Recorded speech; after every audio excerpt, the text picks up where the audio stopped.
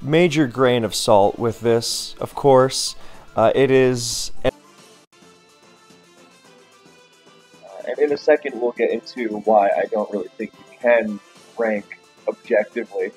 I tend to view the competitive nature of each of these tiers as pretty equivalent to each other.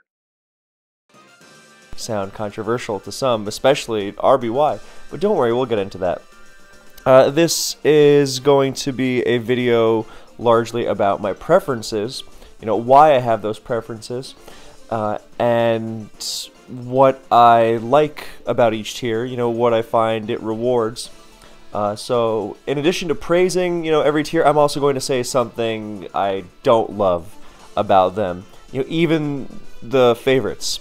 So I also have to mention that the first generation on this list is Gen 9, but the whole thing should be taken with a grain of salt, I already said, but this ranking especially, because, yeah, from afar, I don't love a lot of what Gen 9 includes, but I'm also not really experienced enough with it to make this claim too definitive. All 8 other gens, absolutely, but Gen 9, not so much. So this is really just a surface level going over it, because I have not played it seriously ever.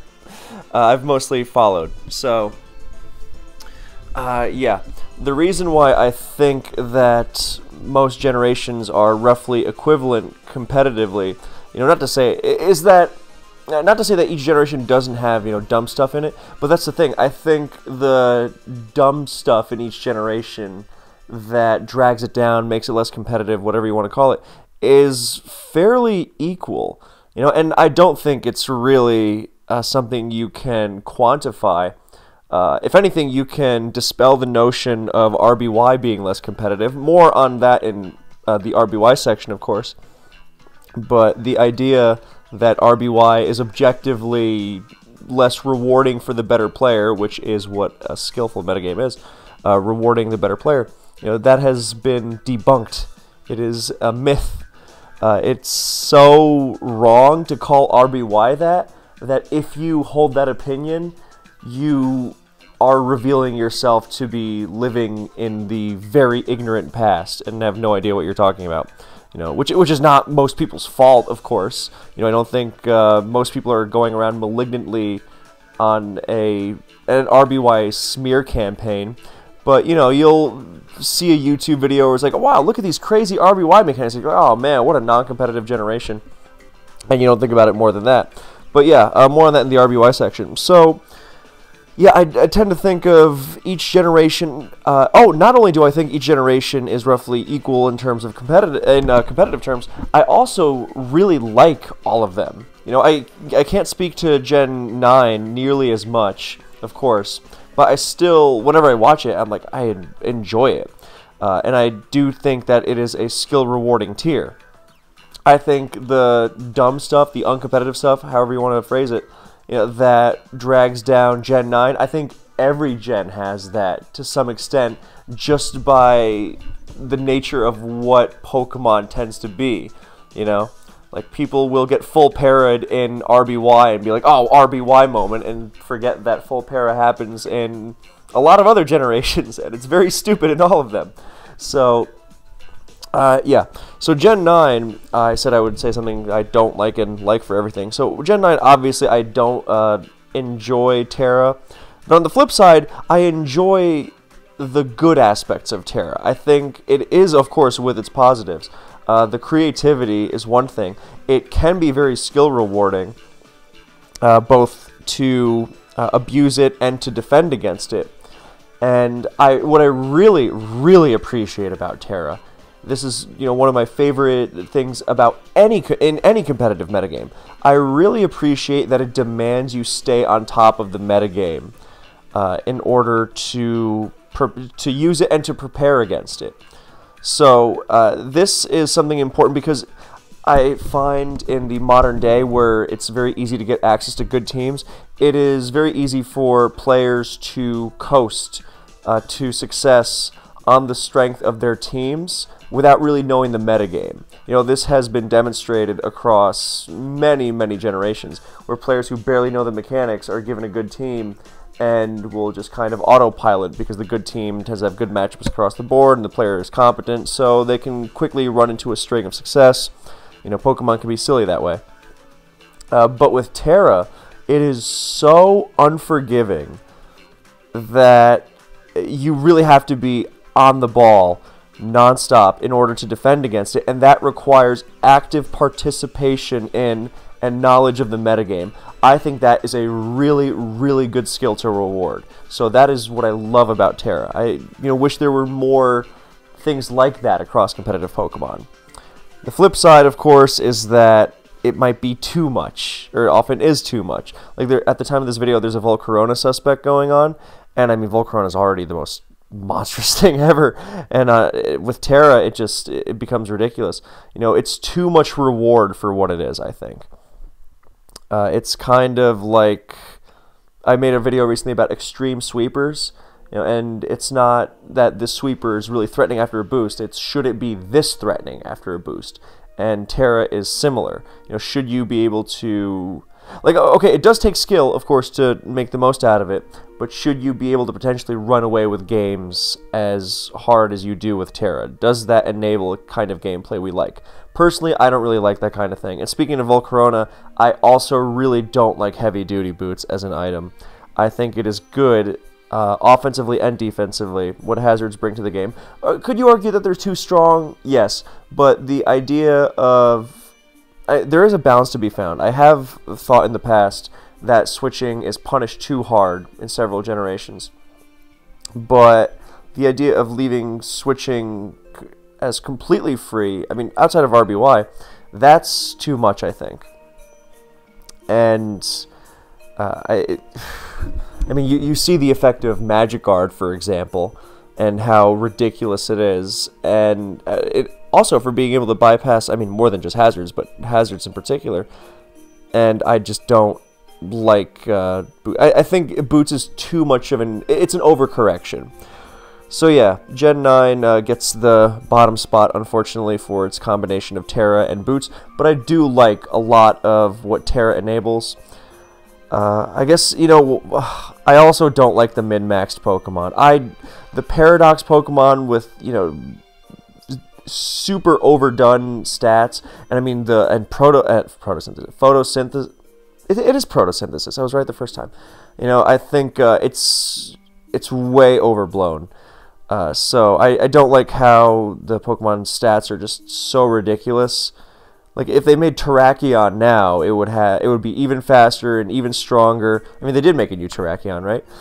But I mean, if they just, you know, made Terrakion as we know it from scratch, you know, they would make its special attack like base 25 and pump it in, because it's never going to use that special attack.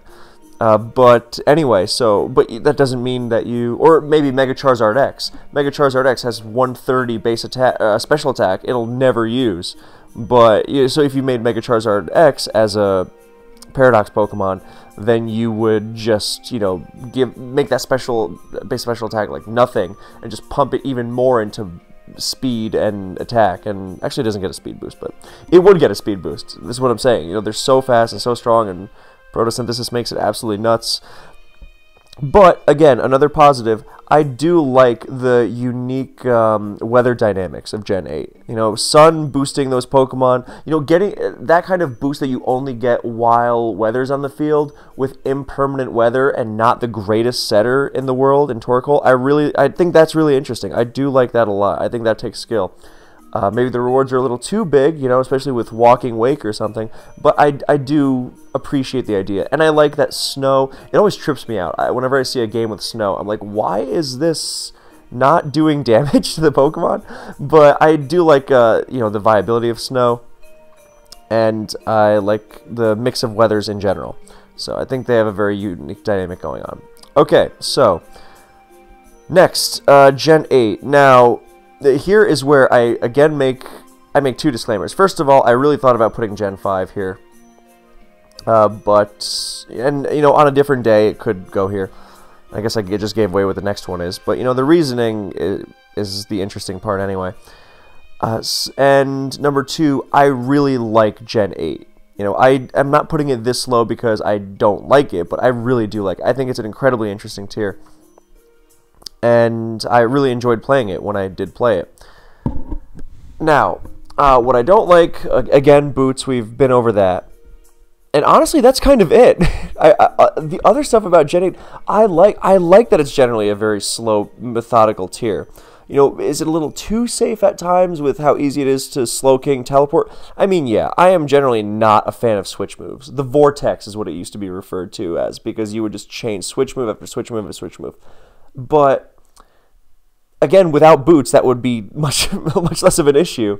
You know, making Magic Guard an ability, or a pseudo Magic Guard, not an ability, sorry. Making pseudo Magic Guard an item is not a good addition to Pokemon, in my opinion.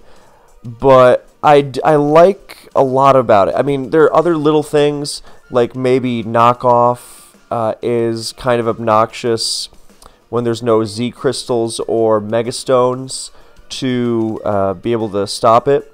But other than that, I mean, that's minor complaints. Like, most of what I don't like about Gen 8, like how annoying Weavile can be, for example, you know, that's really a boots thing more than anything else. Or just how immortal Slowking is, for example. Again, boots. But I really like the methodical nature of play, which I think would still be there without boots. I like that you don't necessarily have to go slow and methodical. There are plenty of successful teams, as you see in SPL, which bring the heat. You know, right off the bat. The German offense team is very popular, is very good. In the replay on the screen, we've got a Hail team. And I also really like the diversity in teams at the highest level. You know, seeing Arctozolt, for example, is really cool. Volcanion, you know, I really like that. But so I really appreciate that the mix of offense and balance is, you know, it's very even. You are not, and it's very skill intensive in battle, which I think is really important. So I don't really have an issue with Pokemon like Melmetal or anything. I like the pivoting heavy aspect of the tier. I like that there's a good variety of Pokemon to pick from without really being overbearing.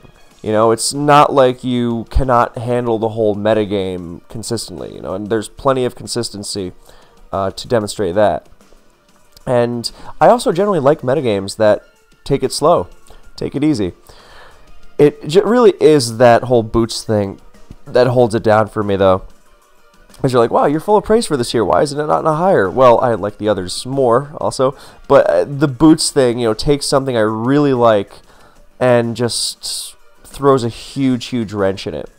You know, something like Volcarona with boots, God. Volcarona is annoying at the best of times, to say nothing of when you can just ignore that biggest weakness it has.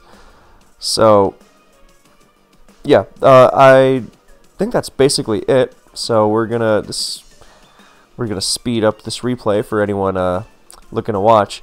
But yeah, I like the fact that Alolan Ninetales became OU. You know, not necessarily just because it was setting up Aurora Veil like it did in Gen 7, you know, for a bunch of silly boosting sweepers, but for Pokemon that are hard to... I mean, Arctozolt is not an easy Pokemon to use, you know, and I appreciate the stab Bolt Beam of it all. It's not easy to defend against either, of course, but I think the dynamic it brings is really one to be appreciated. So, other things I like about Gen 8 as this goes down. Oh, the lack of hidden power is wonderful. Oh, that's so great. I guess that does bring me to another thing I don't like about Gen 8. I don't like the lack of pursuit. I think pursuit keeping things in check, it was like hazards. In that, you know, maybe a little much at times, but overall the dynamic, it was a positive addition to the game, for sure. On the other side, I do really like the lack of hidden power. I think hidden power is a silly, silly move. I mean, the move to bring it to 60 base power was definitely a better one, but I think you could go even lower, you know, for that coverage. So it is nice to see Lando T unable to HP Ice each other, and I don't think there's really any negative to it. So yeah, that's basically it. We're just watching this arc. For anyone who's not watching, you are not missing much. The meat of this video is, of course, in the opinions, but the replays on the screen show for the Gen 8 one. Then you see an Arctozolt going absolutely berserk. And it's not like it just completely swept a team right off the bat either. This is a 72-turn game. You know, I like when offensive games, or games, you know, with offensive threat, can still go on for a while. When everything gets decided in 10 turns, that can, consistently anyway, that can be on the silly side. And in Gen 9, we saw a Terra Normal Gliscor sweep a team. Next up, yep, Gen 5, spoiler.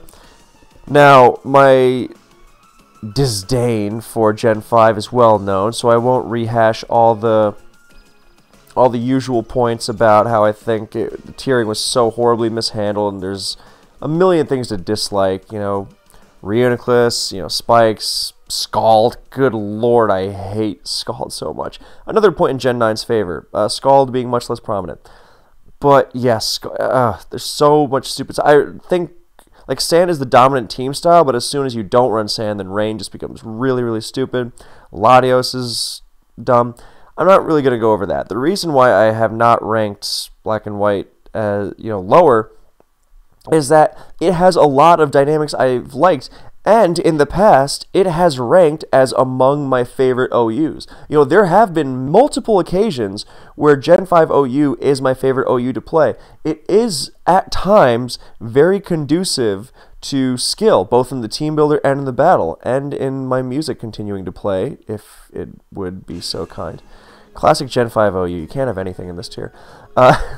But that's kind of the frustrating part of it, is that it has the potential to be so good, and I think it's mostly squandered. I mean, there are very enjoyable things about it, but what tends to happen with Gen 5 is that there's a period of peace where everyone's really enjoying it. Wow, this is such a great tier. And then one of those dormant, broken elements rear their heads, and it's just chaos again as everyone argues over what there is to be done about it. And it tends to kind of go in circles. Hopefully we're going to start making some progress about this soon at the time of this video. But yeah, I do generally enjoy the Pokemon selection. I think it's got a lot of mechanics I like. You know, I'm partial to the pursuits and the hazards. I mean, talk about overdoing it. But it largely is overdone because of the centering around the Magic Guard and the Latios. You know, but once you think about it like this, Black and White 1 was a very balanced tier, even though there was Latios, because mostly people just kind of forgot Latios existed. Sounds crazy, but it's very, very true. And people didn't really realize how broken things like Dugtrio were. Terrakion and Deoxys Defense were broken, but, you know, it was bearable. So Black and White 1, extremely enjoyable, very skill intensive for the most part. And Black and White 2, you know, 2016 Black and White 2 is one of my favorite metagames ever. Then in 2017, I have to make a video about Excadrill, Rain, Discovery, and the path it sent us on. But I love 2016 Black and White 2. It was great. And that was largely because we weren't, you know, we kind of just pretended like Reuniclus had been solved as an issue because Excadrill was now in the tier, which was hilariously stupid. Well, not really stupid. There were more offensive teams rising that made it tougher for Reuniclus to keep up. The problem is all Reuniclus has to do is wait a few months and then adjust to beat these more aggressive teams or these more anti-Reuniclus teams, and basically it's always going to go back to Reuniclus. You know, whatever adaptation you make, whether it's SD Gliscor becoming popular, or more offensive teams becoming popular, or whatever it is, Reuniclus can just adapt a little bit, and after that non-Reuniclus period, which is beautiful and fun, we've had a couple of others since then it'll be, it's nightmarish afterwards, and it just ruins, and it's so frustrating because the metagame will have been so great, and then it's just completely, yeah, terrible again. Funnily enough, Reuniclus really is the most bothersome aspect, even metagames like when Dugtrio's Sun was being really stupid, that was more bearable. That was a lot more manageable, I think, with conventional means. Like Rotom Wash alone would really annoy a lot of Dougie Suns. The restrictive nature of it was stupid, sure, but definitely not as bad as Reuniclus. And even Exeggutor Rain was really dumb, and the whole hoops we had to jump through. So yeah, Black and White is low.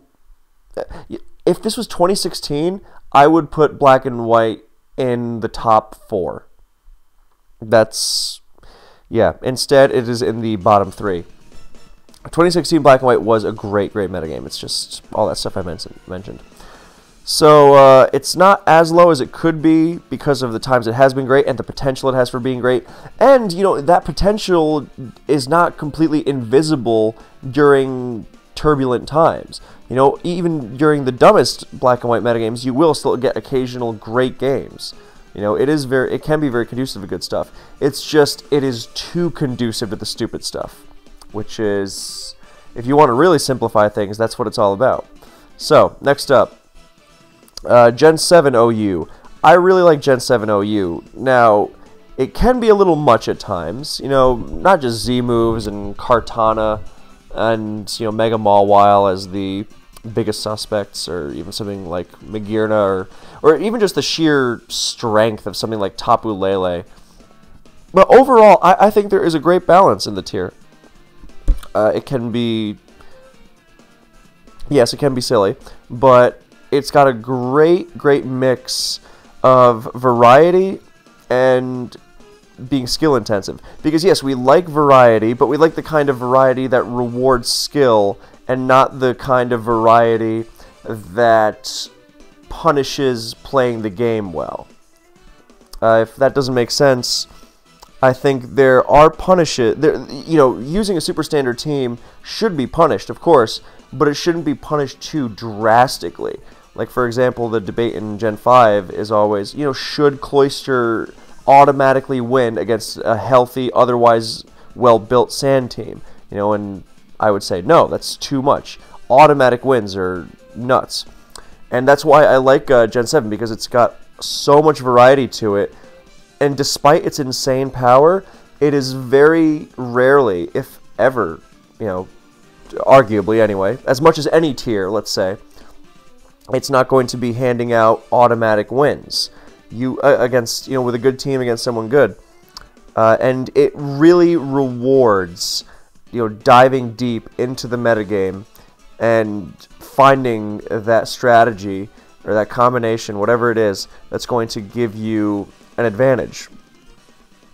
So, yeah, I mean, the replay on the screen has 2 hyper offense teams, and yet it's an incredibly engaging battle. The variety is not just in Pokemon, but in team styles, of course. I mean, sometimes people will say, oh, Gliscor is unkillable and Toxapex, whatever. Yeah, those can be annoying, but they're also among the easiest team styles around to run over if you really know what you're doing, of course. And against a good player, they're not just going to roll over and let you give it to them. But, yeah, I hope that's been... Yeah, I also really enjoy the synergy made possible by the terrains. The grassy terrains, earthquake weakening, and the recovery, that enables so much cool stuff. An underrated one I always enjoyed was Life Orb Greninja alongside Tapu Bulu. Because, look at that, Aromatherapy Tapu Lele on a hyper offense team. Isn't that beautiful? Isn't that little honey?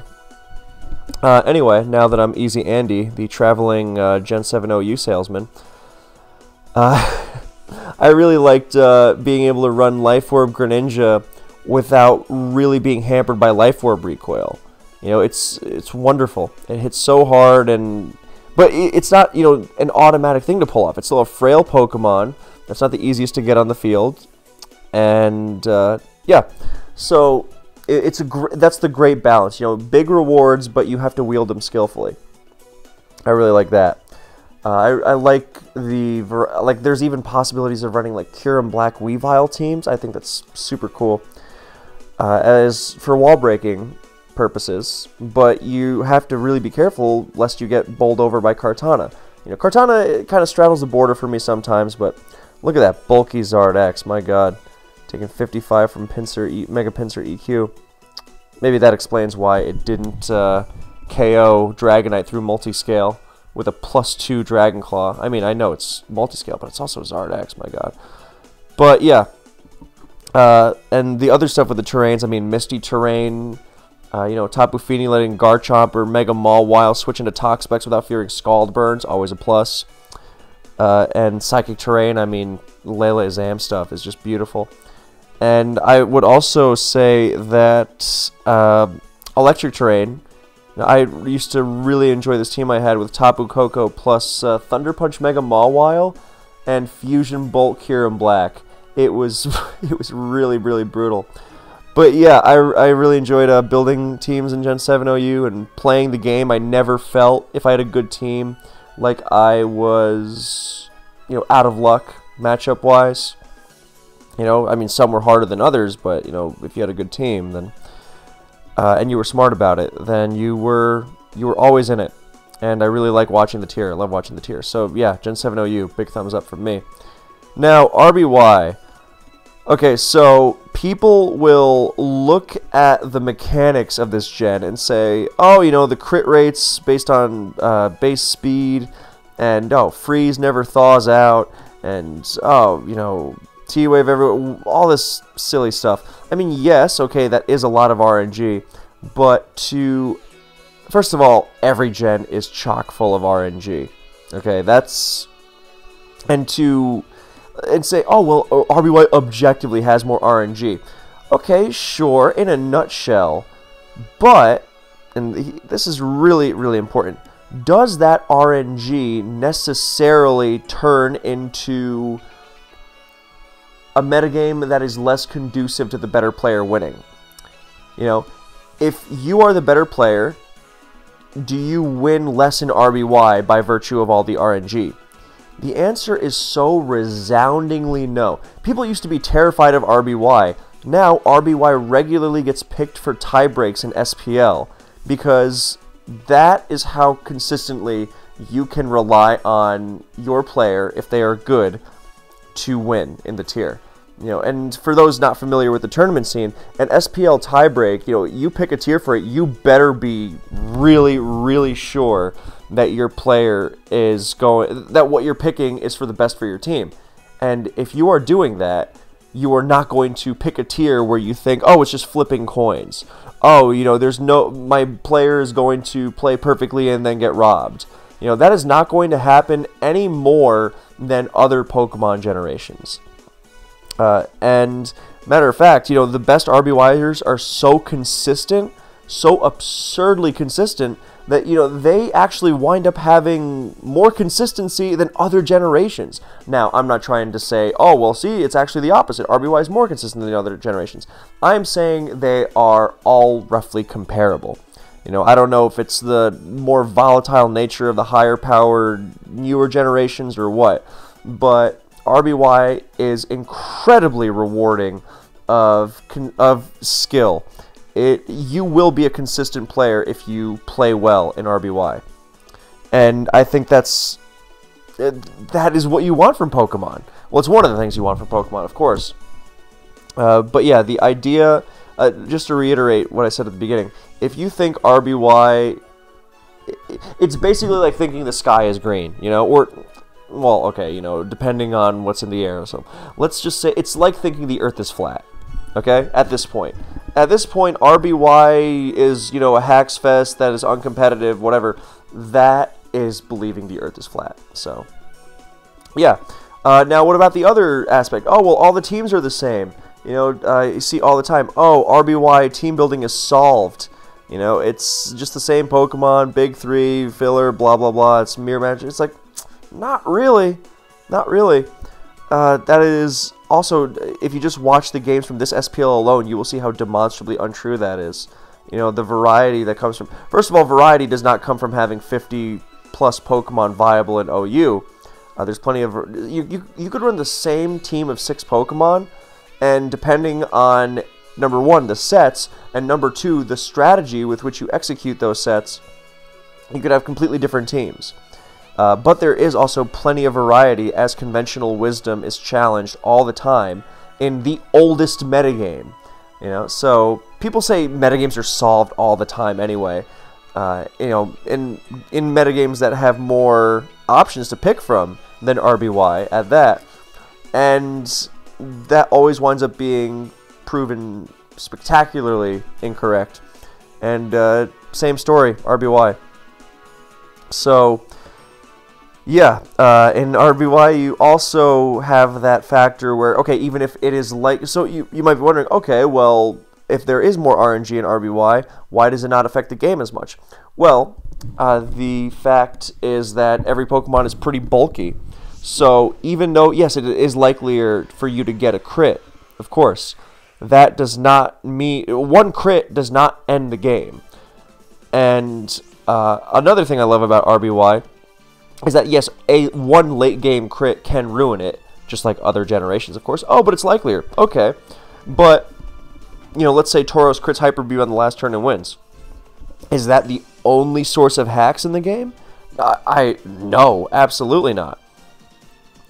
And that's the thing. You can look at... It forces you to look at the entire game and see just how much RNG is possible on every single turn. And then you realize, oh, it actually wasn't that much hacks. So it's easier to recover from RNG. I find it easier to recover from a lot of RNG, and like if Alakazam crit special drops a Chansey, it's like, okay, well, that's hardly the end of the game.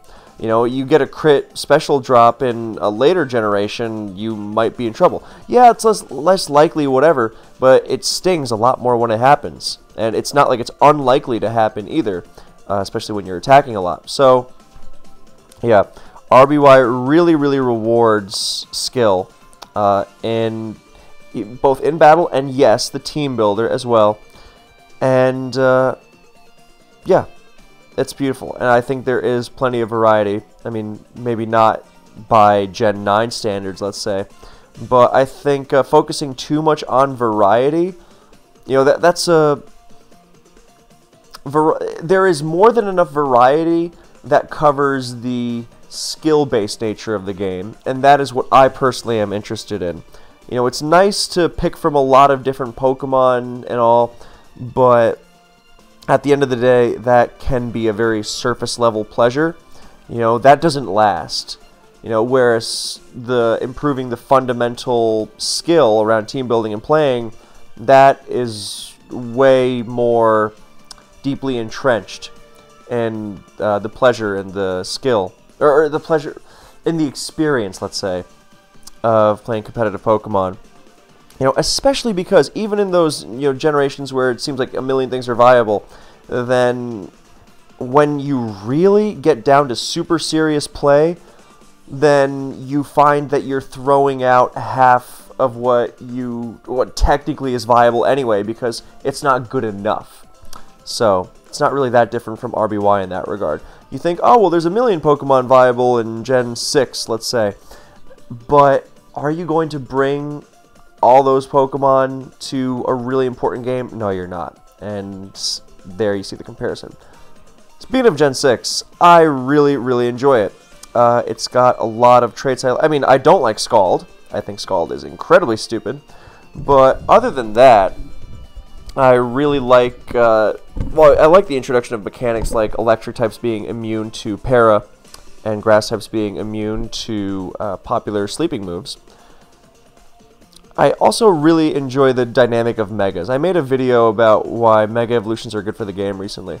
But the gist is, I like the power boost they provide while not being overwhelming with that power boost, first of all. And, with a serious opportunity cost. Not running another item is big. So, I think the dynamic they bring is really, really skill intensive, both in terms of how to figure out how to use them, and then how to, applying them to a team builder, and then actually executing it in the battle. The set variety, and I mean, it's so conducive to creativity without going overboard. With the exception of Volcarona and, maybe some silly Manaphy screen stuff, then it is very difficult to auto-win with something, against a good against a good team, against a good opponent. But something like Bisharp, for example, is a great example. Yeah, good one. But Bisharp is a great example, and it's a terror, and it's got so many unique talents, but you are not bowling over entire teams with it.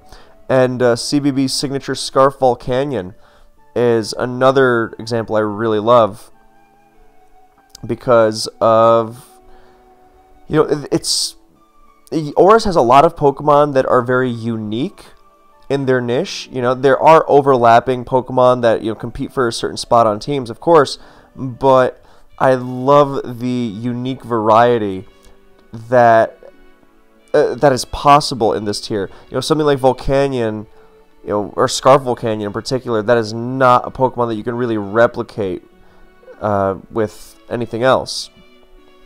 And being able to identify those kinds of things is a big part of why the variety in Oris is the type I really, really enjoy. So, the potential for cheese in Oris, something I don't really like.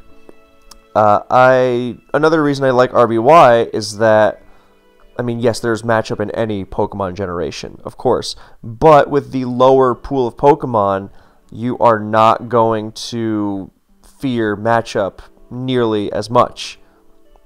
In now, if you have a good team in Oris, I don't think you fear matchup either.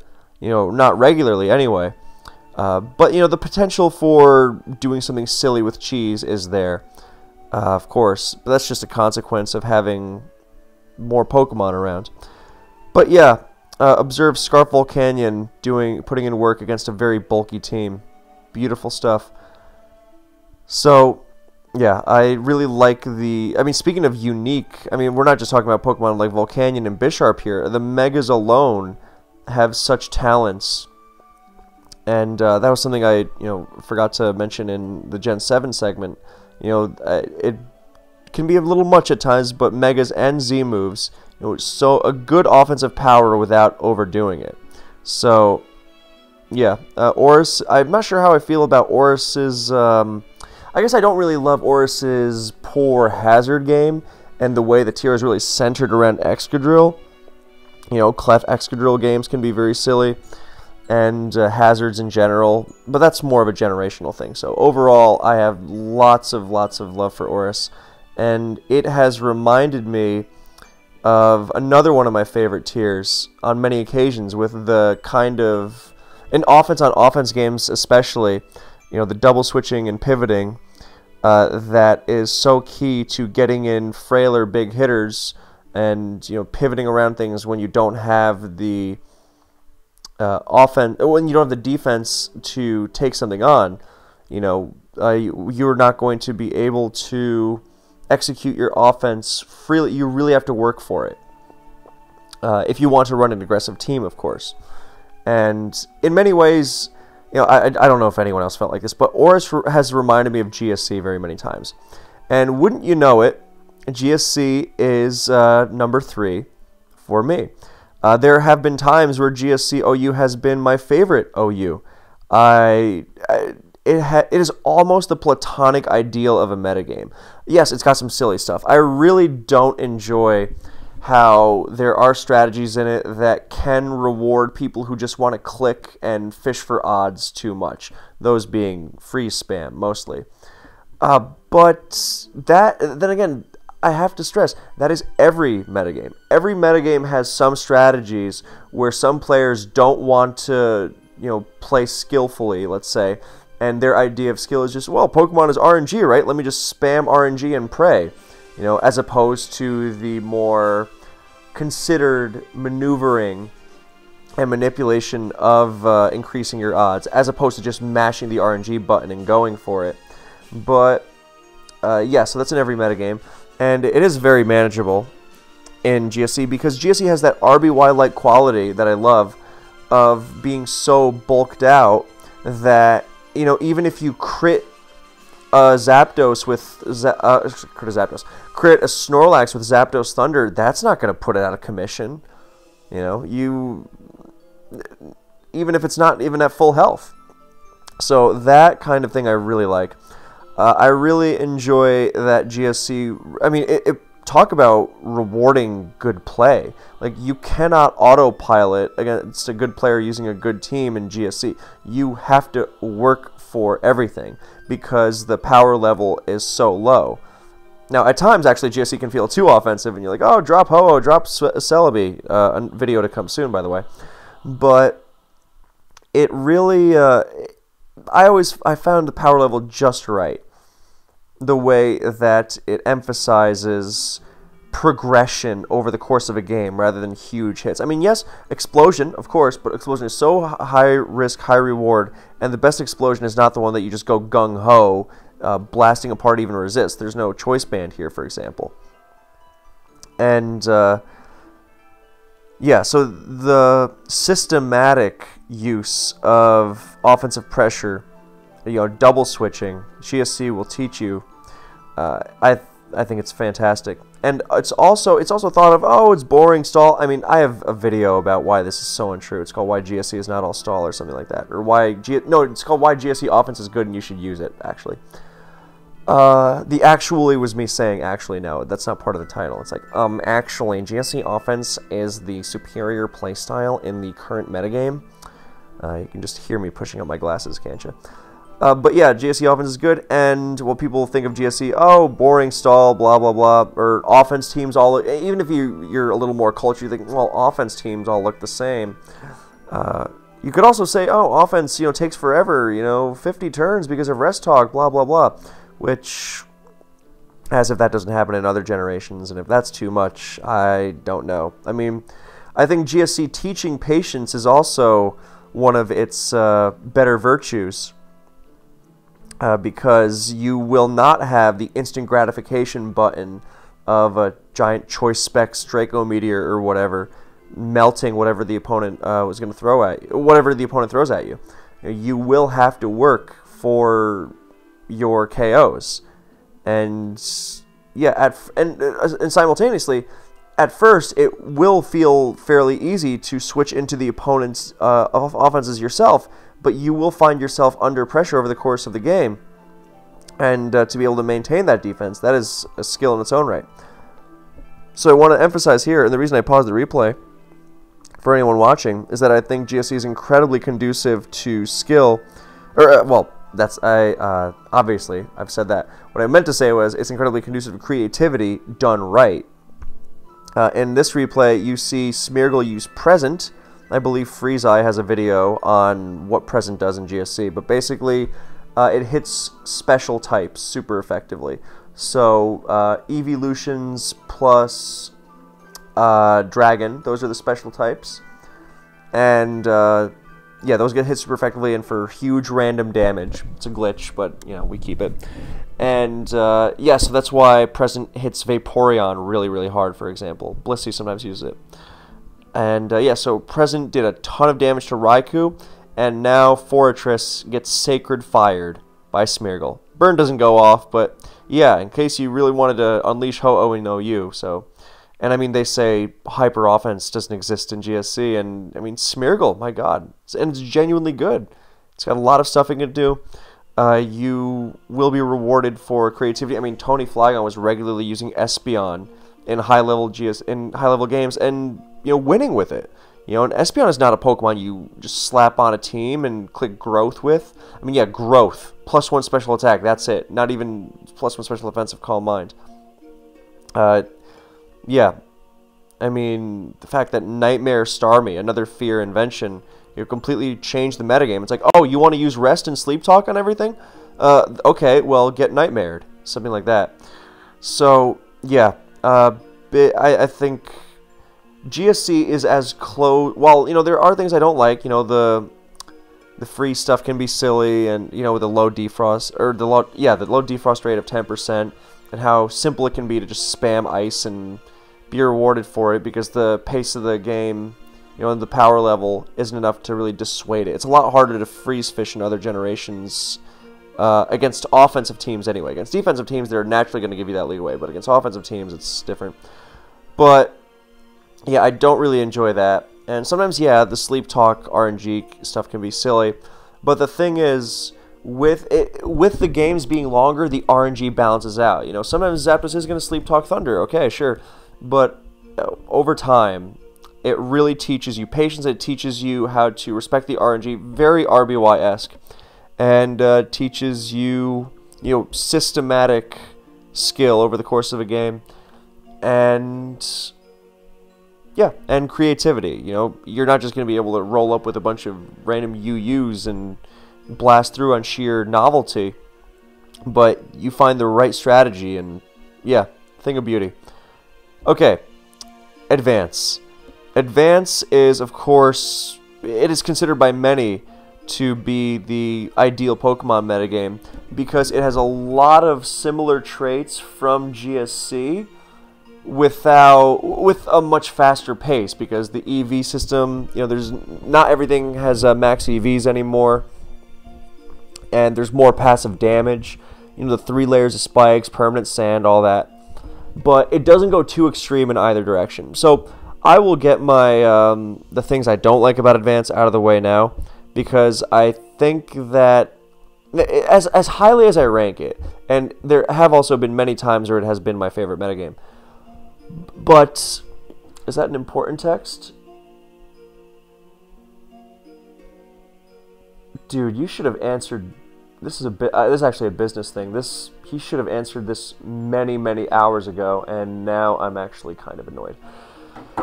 Anyway, that's for in a few minutes once this video is done. Okay, so my things I don't like about Advance, because I do think that as beautiful and perfect a tier as it is, these elements are kind of silly, and I do think they are ignored through the rose-colored glasses that people tend to wear when looking at it.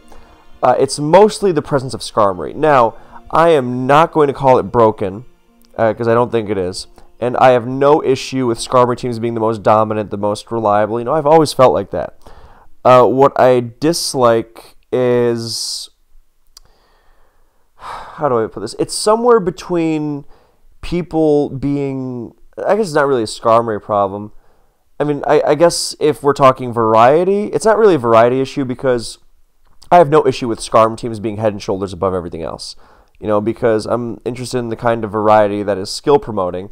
And if Skarm stuff is the best, Skarm stuff is the best. And there's plenty of great, not good, but, great non-Skarm stuff. So it's not really the issue.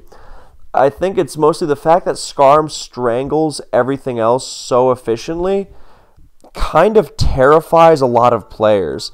They are so scared of losing to Skarmory, they will make these ridiculous teams that are huge fishes, like absolutely ridiculous, would be unforgivable in a past time.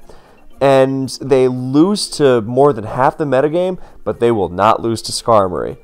And a lot of what I prize about GSC and Advance is that it is very difficult to fish, or rather, how do I say this?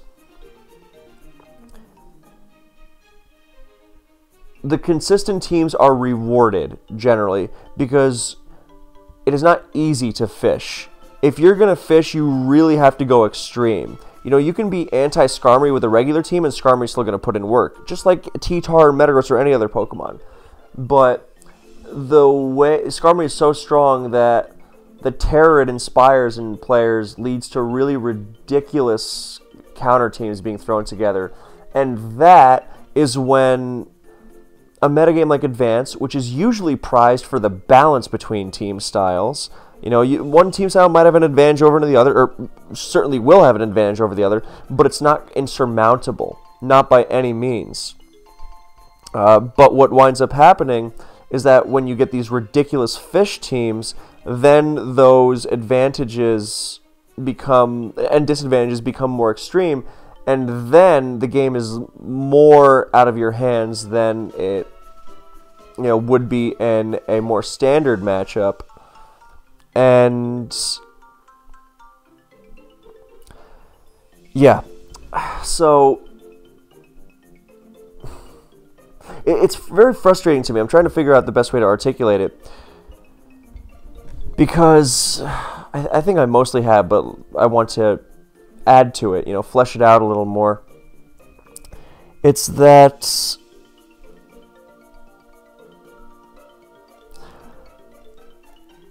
when you play a game of Pokemon, or when I do anyway, you are trying to, the team you build is going to be very important, of course, and there are going to be advantages, but nothing that can't be or shouldn't be able to be outplayed in the game. And it's not just Skarmory. I guess this is like a player, this is the thing. It's a lot of it is a player-based thing and not a tier thing. And every tier carries the capacity for this because that's just Pokemon. If people want to fish, they will fish, and the game will become more, matchup reliant as a result. But yeah, I think it's and the player-based thing that I was getting to is that people now see matchup advantage versus or disadvantage, and they think that every matchup disadvantage is completely insurmountable, so you have to get that matchup right, and in going for that superb matchup, they make their teams more extreme and make themselves more susceptible to stupid stuff happening. And then you have this less enjoyable metagame where people are crashing these higher risk things into each other because they don't want to. Well, I mean, I won't try to speculate on their psychology, but I think it does frustrate me how often people will just say, "Oh, well, I'm fishing for no Celebi here." It's like, are you out of your mind fishing for no Celebi? Your opponent is a perfectly decent advanced player. Why wouldn't they be able to use Celebi, or why wouldn't they use Celebi at some point? So stuff like that really, but that's more of a recent, and maybe that's why it's not number one, because that is a lot of much of the direction that Advance has gone in the last few years.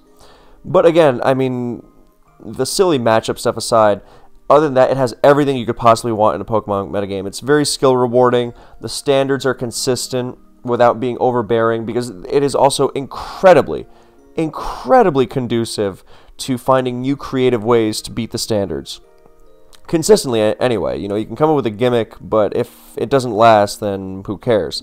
But the rise of something like Charizard, perfect example. Moltres before Charizard, actually, completely invalidating a lot of stuff that was used before.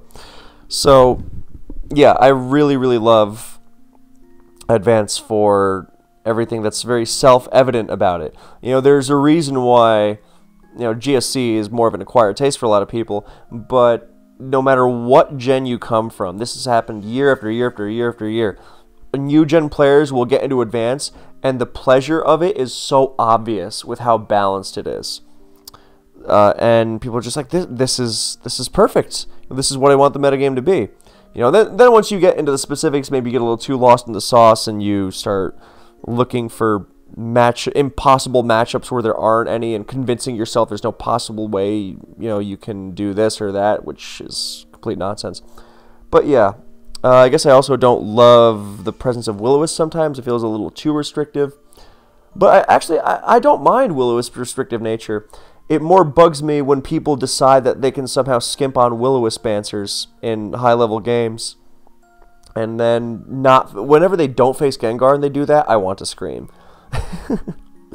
And then, you have the rare game where someone skimps on a Will-O-Wisp Gengar answer. I don't care if it's a successful fish or not. Whether it worked or not does not, in my mind anyway, it's not the end result, it's how you play the game. Especially in a game like Pokemon, my god, of course. But yeah, I think whether or not it worked has nothing to do with whether or not it was stupid, So, yeah. Advance has regularly produced some of the most thrilling, rewarding, let's say, battles and teams and players of the past, ever since I've been following the tier. So for 13 years now. Yeah, incredible tier. And yeah, of course it's skill intensive. Now, again, to be fair, I'm only this harsh on it because I love it.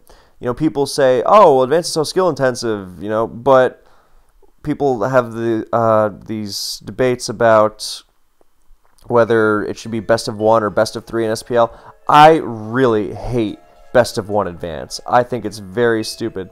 Not because of the tier itself, but because of the way that best of 1 kind of encourages, you know, the silly stuff, the fishing for dumb nonsense.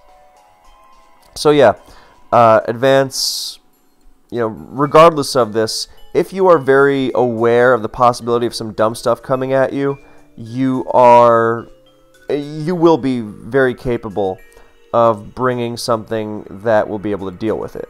You know, even though it's like, oh, there's no possible way I could have predicted Metacham or something coming, then if you have a good team, you know, Advance is really good because the extremes are not nearly as consistent. You know, whether you go super, super bulky or super, super aggressive and fast, both of them have their flaws, and that's why the middle stuff is most consistent.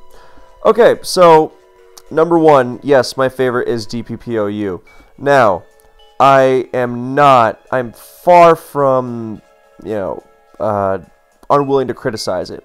In the past, I have really disliked how much of a punish Stealth Rock is for switching. That's a big thing. But really, that has been my only true issue. I mean, I don't like that people click para moves and expect to win, but again, that's really not DPP specific. I guess Ironhead Jirachi can be dumb, okay? You know, there's no getting around that. But, you know, a lot of the dumb stuff I've seen in DPP is not really DPP specific. Because, again, every generation can reward doing dumb stuff and staying in and going for RNG. I mean, in DPP, it might be, this used to happen in tournament games all the time. I don't know what people are thinking. It's like, oh, let me take 90% from Heatran Fire Blast with my Jirachi so I can Body Slam paralyze it. And I remember one tournament game where the guy didn't get the Beast Slam para and was complaining. It's like, dude, stupid, unnecessary. But, you know, that's not really any different from Jirachi staying in on something it shouldn't stay in on and going for a Fire Punch burn in Advance. I mean, I realize that was another Jirachi example. But, yeah. So, DPP takes all of the positive traits that I have raved over in these other generations and really, I mean, also, I fully admit to the nostalgia factor here. It plays a part. But there have also been times where, whether it's been Advance or GSC or 2016 Black and White, you know, there was no nostalgia factor to those being my favorite metagame. You know, I am perfectly willing to cast it aside, you know, because my true favorite metagame is a metagame that doesn't exist anymore. It's the Latias Salamence metagame from 2009 and 2010. Even if you unbanned Salamence, you would still not have that metagame now because of the rise of things like Clefable. So, if we're talking pure just, you know, perfect, whatever, then that would be it. But it's also a metagame where physical, mixed, Life Orb, and Fernape was super. Actually, that's getting used again lately, which I'm, you know, glad to see. I like it. But props to Piteous for making that one work again. But, you know, it's a metagame where offensive Suicune is checking SD Lucario and, you know, a bunch of other, and Wish Calm Mind Jirachi is paired with Taunt Toxic Gliscor, and a bunch of other nostalgia stuff. So I am not talking DPP for its nostalgia here. It is that all these traits that I find rewarding are really, really on display here. And what I really enjoy about it, this actually ties back into the very beginning, funnily enough, that whole Terra thing. You know how Terra really, really demands that you are on top of the metagame and you know what's going on, and you will be punished if you don't. I won't harp on this point too much because I did recently make a video called DPPOU is good, here's why, where I expand on this more. But the basic gist is, in the past there have been many players who have complained about DPP not having team preview, you know, and that it's too difficult to figure out the last. And, well, I mean, I think the complaint is silly, but they are correct in that DPP is the strongest gen without team preview. This does not necessarily mean that it needs team preview, of course. But with the diversity of the threats being, it's both the diversity of threats and the power of threats that make it more punishing generally. Now, don't get me wrong, if you aren't figuring out the last in advance, you are also going to be in trouble against a good player. But in DPP, obviously the demand is a little bit higher, but the demand to execute at a higher level is there, and it is a demand to execute at a high level. It is not any sort of random guesswork. And it rewards knowledge of the metagame and engaging with the metagame, and that is really important. You cannot...